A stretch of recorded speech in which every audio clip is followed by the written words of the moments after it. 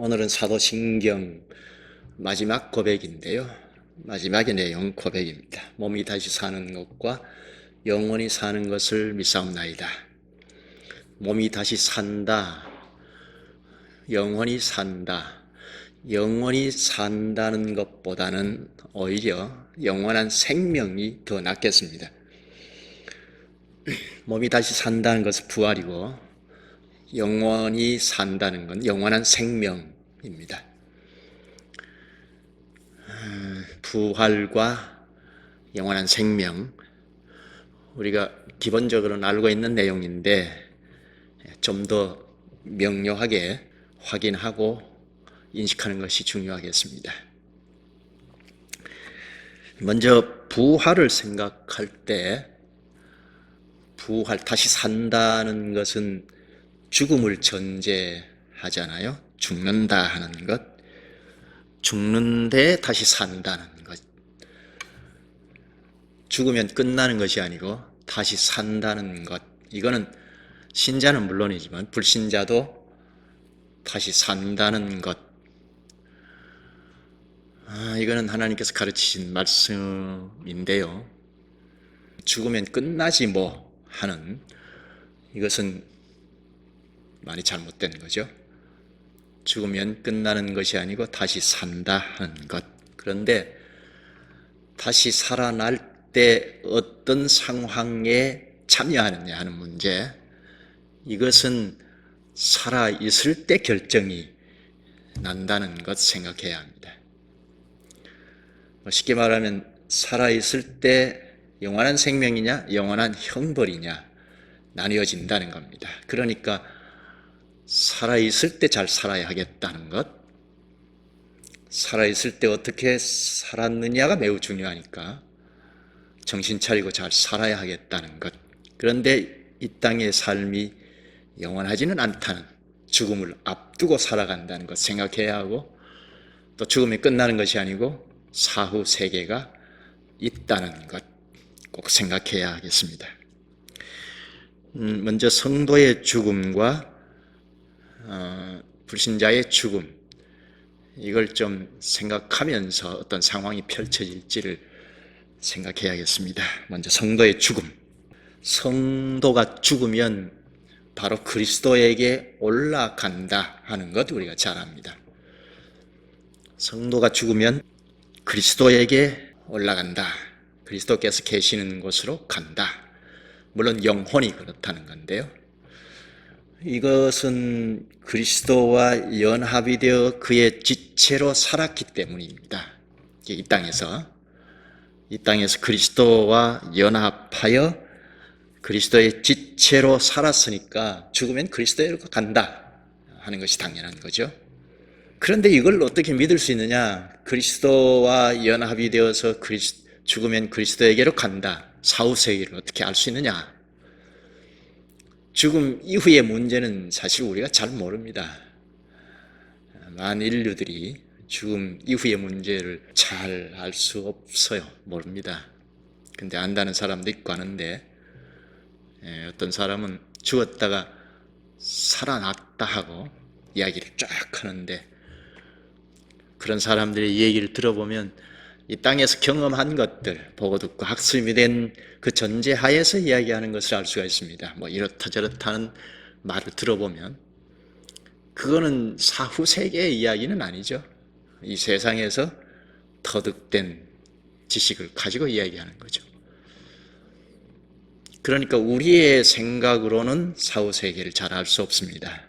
죽었다가 살아나거나 사후 세계의 경험이 없는 인간은 도무지 알 수가 없습니다. 그래서 우리는 하나님께서 가르치시는 말씀으로 돌아가서 봐야 하죠.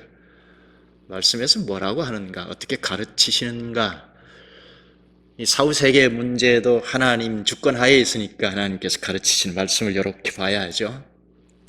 오늘 본문 누가복음, 이 본문이 예수님께서 비유로 가르치신 말씀인데요. 부자와 나사로 비유이죠. 우리가 너무나 잘 아는 말씀입니다. 예수님께서 비유를 들 때는 얼토당토 않는 것을 들지 않죠. 있을 만한 것, 사실인 것을 비유로 들죠. 이 부자와 나사로 비유는 물질, 돈을 바르게 써야 한다는 교훈을 주기 위해서 비유를 하신 건데요. 그래도 여기서 좀 우리가 사후세계를 잠깐 볼 수가 있겠습니다. 19절부터 좀 볼까요? 잘 아는 말씀이지만 누가복음 16장 19절부터 한 부자가 있어 자색 옷과 고운 베옷을 입고 날마다 호화롭게 즐기더라. 그런데 나사로라 이름하는 한 거지가 헌데투성이로 그의 대문 앞에 버려진 채, 부자의 대문 앞에 버려진 채 그 부자의 상에서 떨어지는 것으로 배불리려 하네. 심지어 개들이 와서 그 헌대를 핥더라. 이에 그 거지가 죽어 천사들에게 받들려 아브라함의 품에 들어가고 부자도 죽어 장사되매. 여기 아브라함의 품은 하늘나라를 가리키는데요. 당시에 아마 유대 사회에서 그 사람들을 향해서 비유한 거니까 아브라함 하면 이 사람들의 조상, 아버지이죠. 국부이죠. 그래서 아브라함의 품이라고 한 것 같은데요. 이거는 하늘나라를 가리킵니다. 나사로가 죽어서 아브라함 품에 안겼다 하늘나라로 참여했다는 거죠. 살아있을 때는 말할 수 없는 가난, 헐벗고 형편없는, 이게 사람의 삶일까 할 정도로 형편없는 삶을 살았는데요. 그런데 죽은 후에 아브라함이 있는 하늘나라에 참여했다는 겁니다. 참 성도가 죽으면 바로 이 나사로가 참여했던 여기에 참여하겠다는 겁니다. 어떻게 하늘나라에 갔을까? 나사로가 어떻게 하늘나라에 참여했을까? 무슨 근거로 하늘나라에 들어갔을까? 가난하게 살아서? 죽고 배고프게 살아서? 아니면 부자에게 업신여김 당해서? 그것 가지고는 좀 곤란하죠. 여기 본문을 잘 보면 31절을 보면 모세와 선지자들에게 듣지 아니하면 합니다. 그럼 나사로는 모세와 선지자들의 말을 들었다 할 수 있죠. 여기 모세와 선지자들은 구약시대 때에 대언했던, 하나님을 대언했던 자들이죠. 구약 성경을 가리키는데요. 나사로는 대언한 주님의 말씀을 들었다 할 수 있죠. 하늘나라에 누가 가느냐? 구약 성경에서 가르치는 사상은 하나님을 대언한 말씀을 들은 자가 간다는 겁니다. 일관되이 가르쳐주는 것이 구약시대 때는 하나님을 대언한 걸 들은 자들이 참여한다는 겁니다. 신약에 넘어오면 좀 더 구체적으로 가르치는데요. 우리 신체를 비유해서 그리스도의 몸체에 참여한 자들이 그리스도에게 올라간다. 그렇게 가르칩니다. 그러니까 그리스도에게 연합이 된 몸체, 이게 지상의 지교회이죠. 어느 지역에 있든 어느 시대에 처해 있든 그리스도께서 불러 모으신 연합체, 그리스도의 몸체에 속한 지체로 살았으면 그리스도에게 올라간다. 그렇게 가르칩니다. 한 곳만 보면 로마서 6장 4절에 우리가 그리스도, 그의 죽으심과 합하여 세례를 받음으로 새 생명 가운데서 행하게 하려 함이라. 여기 그리스도와 합하여, 그리스도와 연합했다는 사인으로 세례를 받는데, 이렇게 연합했다는 세례를 받은 자는 새 생명 가운데서 행한다 하는 거죠. 그것은 그리스도에게 연합했으니까 그리스도의 생명에 뿌리를 두고 있으니까 그 생명을 발휘하고 살아간다 하는 겁니다. 이 생명, 여기 새 생명은 죽음 이후에도 끌고 가는 생명입니다. 생명이 끝나는 즉시, 그러니까 이 땅의 삶이 끝나는 즉시 영혼은 그리스도에게로 올라가는데, 이때도 새 생명은 가지고 가죠. 이 말씀이 중요합니다. 그리스도에게 올라간다 하는 그 근거는 이 땅에서 그리스도의 지체로 살았기 때문입니다. 그렇죠? 그리스도에게 연결이 되어서 그리스도께서 공급하시는 말, 생명의 양식이죠. 말을 듣고 살아갔던 자이기 때문입니다. 그리스도에게 연결이 되었다, 나는 그리스도의 지체다 하는 것은 지교회에 연합이 되어서 체득하죠. 그리스도의 교회에 참여해서 체득하죠. 이 교회는 그리스도의 몸체이니까 머리이신 그리스도의 말씀을 듣고 따라가죠. 여기에 참여한 자는 그리스도의 말씀을 따라가는 무리 속에서 발맞추니까 죽으면 영원한 그리스도에게로 간다 하는 겁니다. 사람이 죽으면 이 땅에 있는 것은 다 두고 갈 수밖에 없는데요, 한 가지 가지고 가는 것은 새 생명입니다. 죽으면 그동안 가졌던 걸 다 두고 가지만 그리스도와 연결이 된 그의 생명, 새 생명은 사후에도 이어갑니다.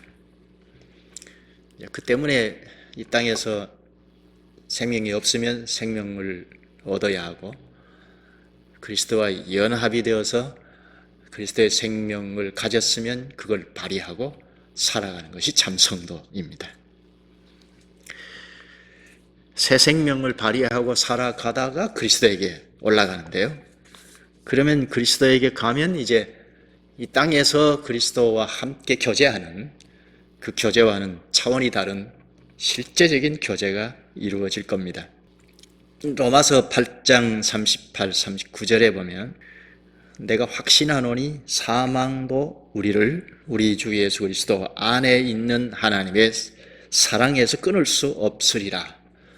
사망조차도 하나님과 연합한, 그리스도와 연합한 사랑에서 끊을 수 없다는 겁니다. 살아있을 때 그리스도와 연합하여 살아가는 자는 죽으면 완전히 그리스도와 연합하게 되죠. 이때는 사후에서 그리스도와 연합하는 것은 전혀 장애가 없는 그런 연합이죠. 따라서 이 땅에서 개인주의로 살아가는 것은 그리스도와 연합에 닿을 수 없고, 꼭 그리스도와 연합이 된 연합체에 속한 지체라야 합니다. 이게 교회이죠. 몇 명이 모였든지 교회에 속하여 살아가는. 그래서 이 교회가 사도시대 때부터 주님의 몸인 교회가 얼마나 중요한가 하는 것을 인식하고 가르치기도 하고 배웠습니다. 그리스도와 연합한 교회, 이걸 매우 중요하게 생각했던 게 사도들의 사상이고 사도들의 노선에 선 교회원들의 사상입니다. 그래서 고백을 할 때, 신앙 고백을 할 때도 우리가 지금 사도신경을 고백하고 있지만 여기서도 말하고 있는데, 사도들의 노선에 선 교회들의 고백은 그 시대마다 교회가 얼마나 중요한지라는 고백을 했습니다. 교회 밖에는 구원이 없다고까지 하면서 고백했습니다. 성도들의 죽음이 이런 정도로 하고, 바깥에 있는 불신자들의 죽음은 어떻게 될까? 다시 본문 누가복음 16장으로 가서 16장 22절을 보면 거지가 죽어 천사들에게 받들려 아브라함의 품에 들어가고 부자도 죽어 장사되매, 거지 부자와 다 같이 죽었습니다. 24절 끝에 보면 내가 이 불꽃 가운데 괴로워하나이다. 거지 나사로의 상황과는 전혀 다른 상황에 처한 부자의 상황인데요, 이 불꽃 가운데서 괴로워하나이다. 부자는 나사로와는 정반대의 상황에 참여했습니다. 이 땅에 있을 때도 정반대의 삶이었죠. 19절을 보면 부자는 호의호식하며 호화롭게 쾌락을 즐긴 사람입니다. 부족함이 없이 산 사람이죠. 여한이 없다 할 정도로 산 사람인데 죽어서는 23절에 보면 그가 음부에서 고통 중에 부르짖었다는 겁니다. 또 24절에 쭉 보면 손가락 끝에 물을 찍어 내 혀를 서늘하게 하소서. 내가 이 불꽃 가운데서 괴로워하나이다. 불꽃 가운데서 얼마나 고통스러웠으면 손가락 끝에 물을 찍어 내 혀를 서늘하게 하소서 합니다. 이에 아브라함은 답하기를 26절에서 너희와 우리 사이에 큰 구렁텅이가 놓여 있어. 큰 구렁텅이가 놓여 있어 오고 갈 수 없다 합니다. 이게 사후 세계인데요. 죽으면 가는 그곳은 돌이킬 수 없는, 그러니까 결정이 돼버린 세계입니다. 이쪽에서도 저쪽에서도 왕래할 수 없고 주고받을 수가 없는 상태입니다. 여기 큰 구렁텅이가 놓여 있어 라고 했는데요. 이 구렁텅이는 이 팔레스틴의 상황인데요. 협곡을 예로 들었을 것 같은데, 협곡은 우리가 TV에서도 잠깐씩 보지만 오갈 수 없는 거죠. 전혀 왕래할 수 없는 곳이죠. 그러니까 사후 세계는 이쪽 저쪽 도무지 왕래할 수 없다는 겁니다. 죽으면 이 세상에서는 끝이고, 이 세상에서 도움을 줄 수도 없고 받을 수도 없고, 또 사후 세계에서 이쪽 세계와 이쪽 세계와 왕래할 수도 없는, 영향을 주고받을 수 없는 상태이다 하는 겁니다. 그런데 로마 카톨릭에서는 이 사후 세계를 연옥의 세계라고 교리를 만들어냈는데요. 이것은 믿음이 없는 자들이나 또 구약 성도들이나 또 세례를 받지 아니하고 간 유아들이 참여하는 세계라, 이게 연옥이라고 했습니다. 그렇게 연옥이라고 해놓고 죽음 이후에도 한 번 더 기회가 있다고 합니다. 이 땅에서 죽은 자를 위해서, 연옥에 있는 자를 위해서 기도하거나 미사를 행하면 그 연옥에서 죄가 사해져서 하늘나라로 옮겨진다고 했습니다. 이건 성경에 없는 가르침입니다. 로마 카톨릭 천주교가 이런 교리를 지금도 아마 가지고 있을 겁니다. 죽었다는 건 이 세상을 하직한 거잖아요. 세상을 떠난 자는 그를 위해서 기도할 수도 없고 아무것도 할 수 없습니다. 이미 결정이 나서 우리 손에서 벗어났기 때문입니다. 반대로 죽은 사람이 저 세상에서 이 세상에 있는 사람에게 도움을 주거나 이렇게 저렇게 영향을 줄 수가 없습니다. 아브라함이 구렁텅이 같아서 오갈 수 없다 했는데요. 당시 사람들이 아주 이해하기 쉽도록 비유를 들었습니다. 이렇게 말을 하자 부자가 내 형제 5이 있는데, 우리 아버지의 집에 가면 형제 5이 있는데 나사로를 살려서 돌려보내서 말씀을 전하면 회개할 겁니다 했습니다. 그러나 아브라함은 20절에서 그들에게 모세와 선지자들이 있으니 그들에게 들을지니라 합니다. 31절에도 모세와 선지자들에게 듣지 아니하면 죽은 사람이 살아나서 가서 전한다 해도 듣지 않을 거라 합니다. 우리 생각은 죽은 사람이 벌떡 일어나서 저기 사후세계가 있더라, 우리가 지옥은 면해야 하지 않느냐, 고통이 이만저만이 아니더라 하고 전하면 들을 것 같지만, 이 땅에 있는 동안 대언자들, 모세와 선지자들, 당신은 대언자들의 소리를 듣지 않으면 죽었다 깨어나도 안 듣는다는 겁니다. 여기 아브라함의 말입니다. 사후세계에 처해 있던 아브라함의 말인데 예수님이 이걸 비유를 드렸습니다. 안 믿을 사람은 이 땅에서 안 믿는 사람은 100번 말해도 죽었다 깨어나도 안 믿는다는 겁니다.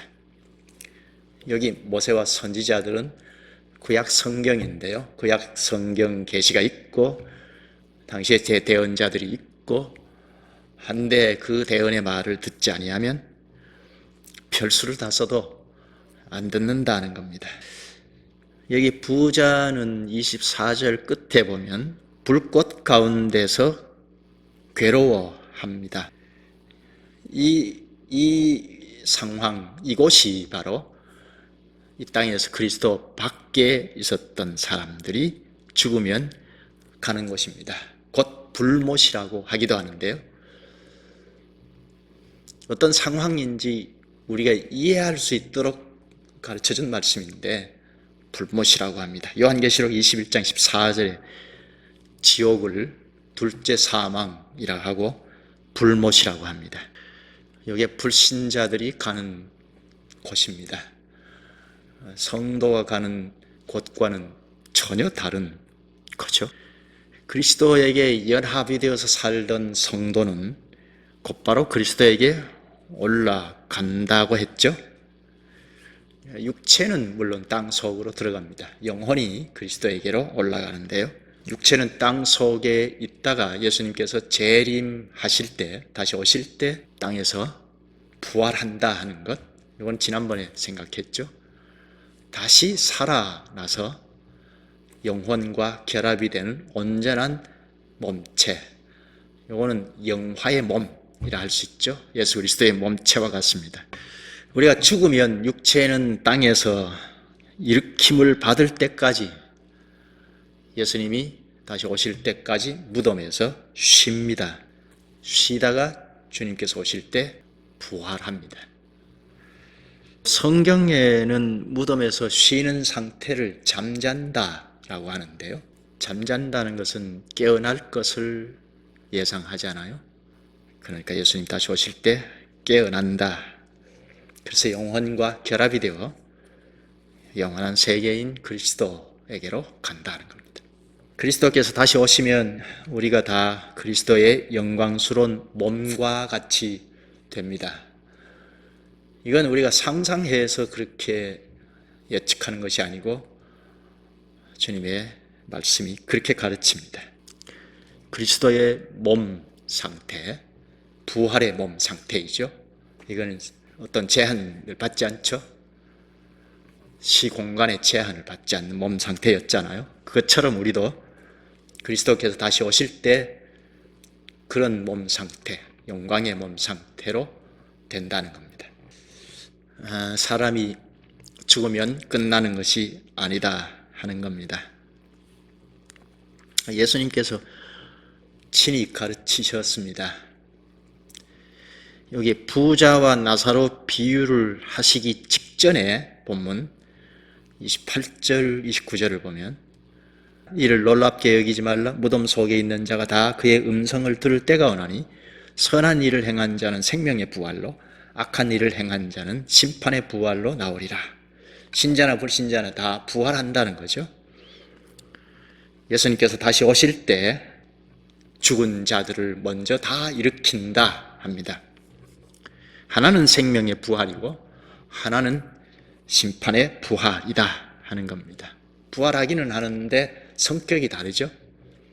생명의 부활이냐 심판의 부활이냐.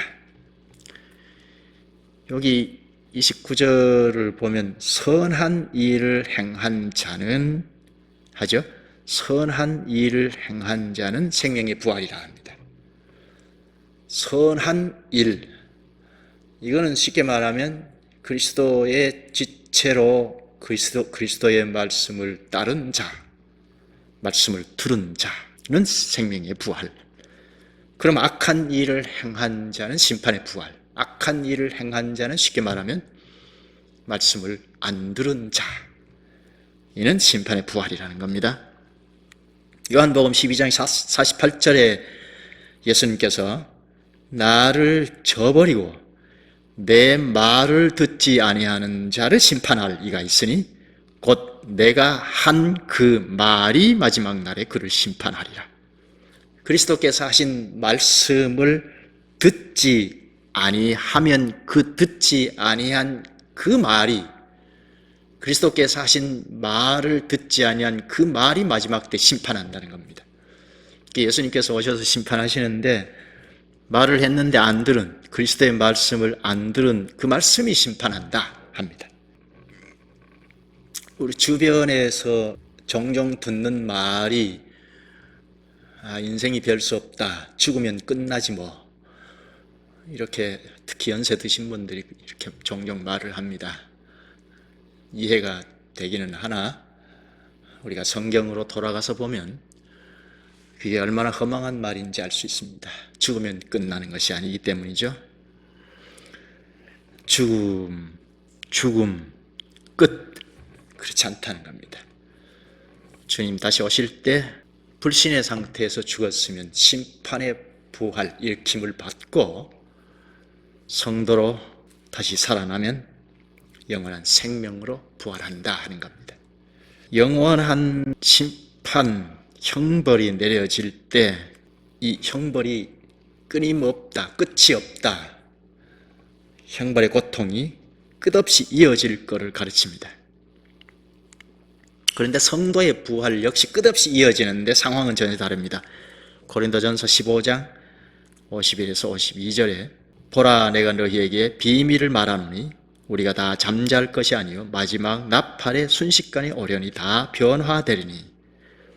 나팔 소리는 하나님께서 강림하실 때인데, 그리스도께서 강림하실 때 나팔 소리 이야기하고, 그때 그리스도께서 다시 오실 때 52절에 나팔 소리가 나며 죽은 자들이 썩지 아니할 것으로 다시 살아나고 우리도 변화되리라. 그리스도께서 다시 오실 때 그리스도 안에서 죽은 자들이 먼저 일어난다 합니다. 그때 그리스도와 교제 가운데 있던 영혼이 몸체와 결합해서 완전해집니다. 그 후에 살아있는 성도도 그리스도의 영광스러운 몸과 같이 변형될 것입니다. 그러니까 산 상태로 영화의 몸으로 변화되죠. 재림 때까지 살아있는 성도는 죽음을 거치지 않고 완전히 성화됩니다. 주님, 부활하신 주님의 몸과 같이 된다는 겁니다.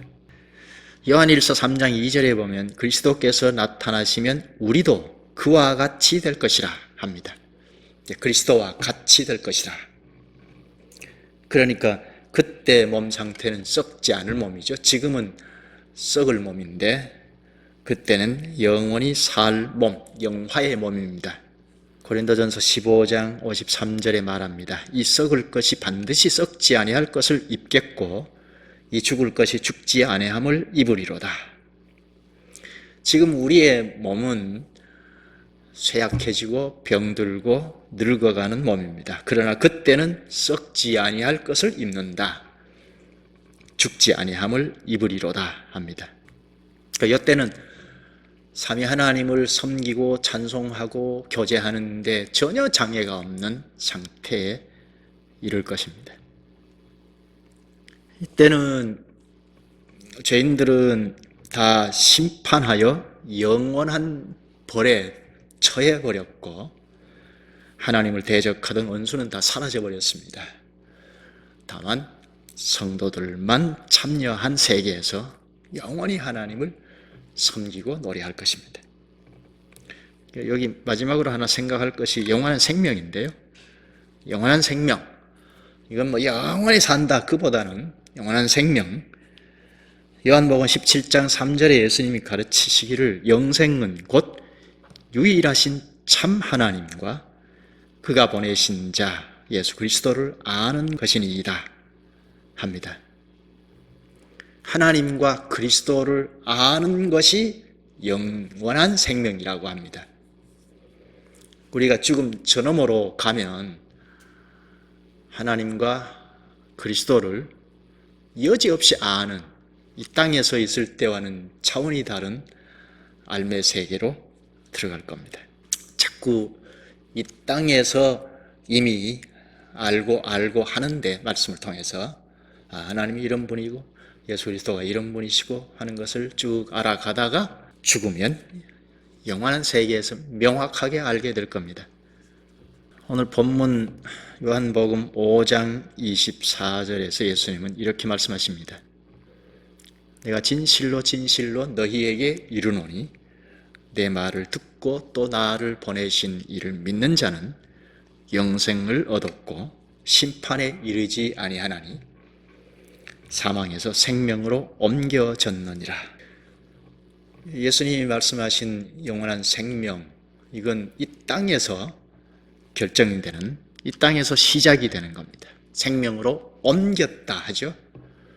죽으면 시작되는 것이 아니고 이미 이 땅에서 그리스도의 말씀을 듣는 자들이 영원한 생명을 얻었다 합니다. 이렇게 시작이 된 영원한 생명은 하늘나라에 가면 이제 하나님과는 전혀 여지가 없는 교제권 가운데서 영원히 하나님을 찬송할 것입니다. 기도하시죠. 자비하신 주님, 주님께서 오늘도 저희가 생명을 가진 자로 이 상태에서 죽음에 이르면 즉시 그리스도에게 올라가는 존재인 것을 확신시켜 주셔서 감사합니다.